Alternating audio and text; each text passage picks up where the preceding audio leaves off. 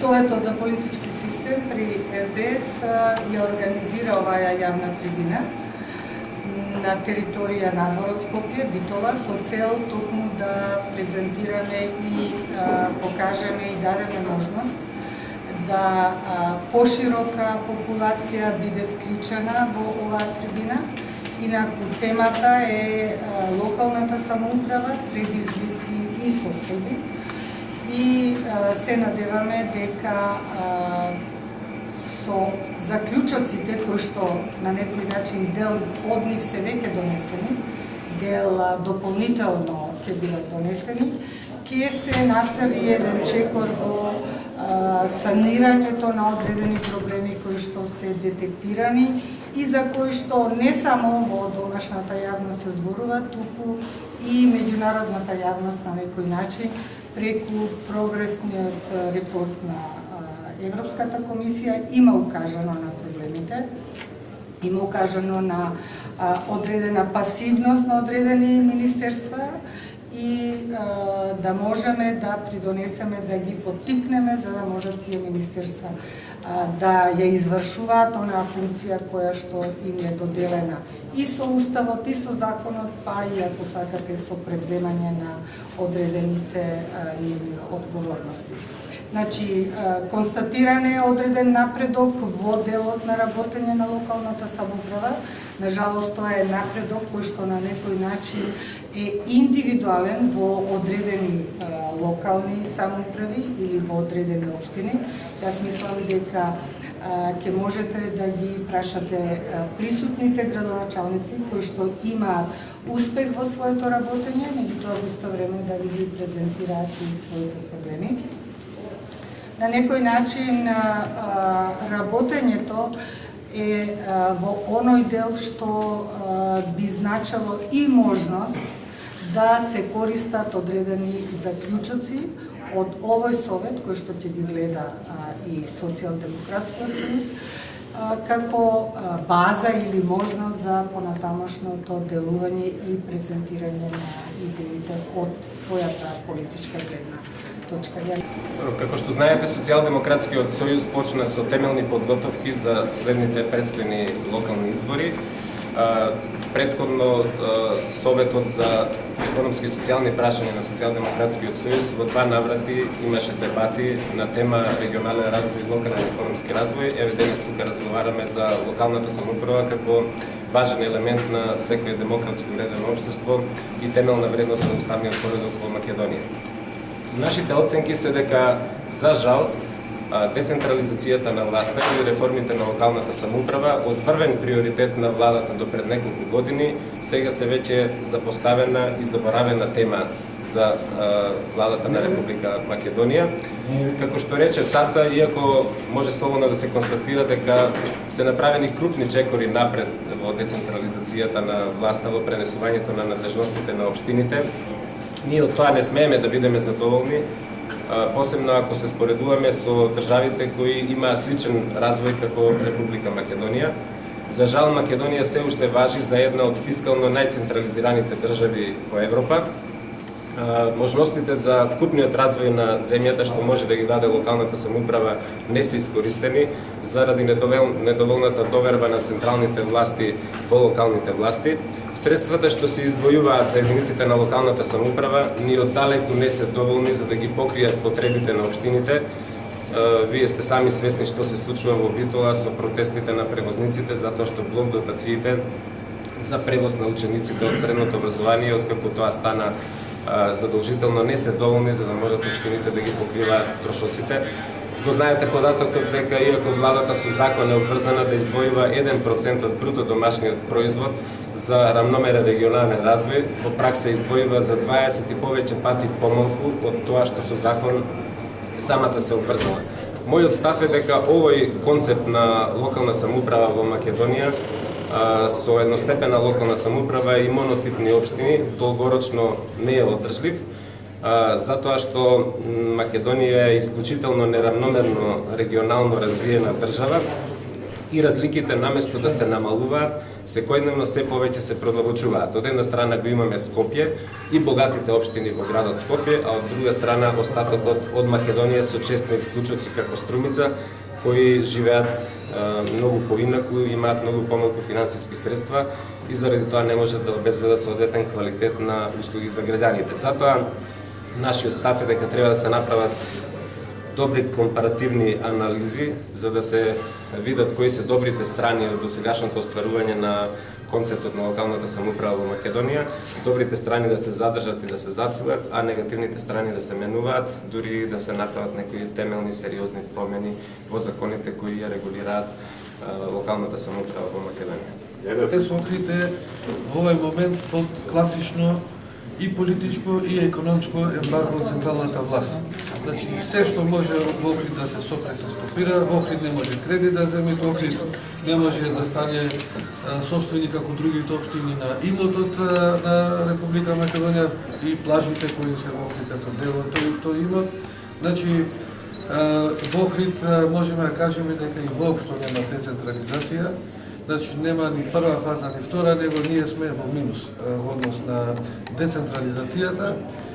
А ако се напомене дека децентрализацијата на централната власт е тесно врзана и со демократизацијата на едно општество, значи нема, затоа во Македонија нема ни демократија, никаква демократија и не постои. Значи, треба да се комплетно нов систем за локалните самоуправи да се направи. Ова што беше во однос на регионалната поделба и тоа воопшто не функционира. Значи има региони што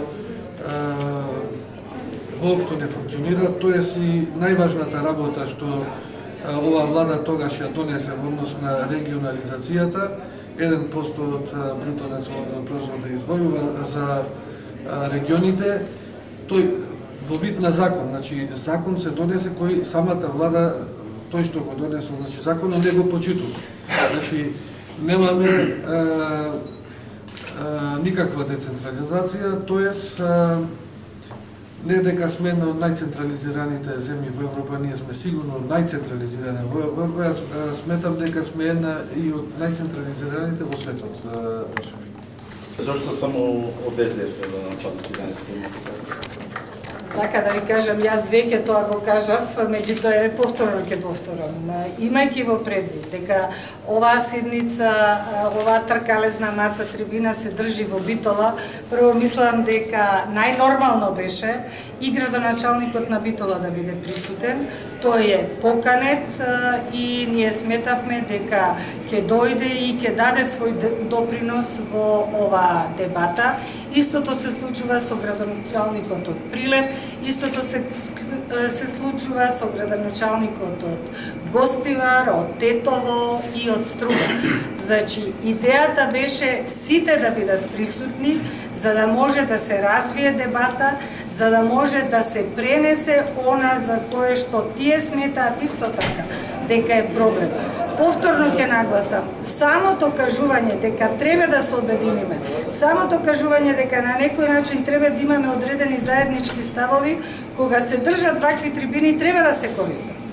Недоаѓањето, јас можам само да ви кажам, дури дека и не се ни извинија или не го ни најавија нивното недоаѓање, за мене укажува дека не постои желба да на некој начин одредени заеднички прашања ги третираме, што понатаму секоја политичка партија можеби ќе си заземе свој став.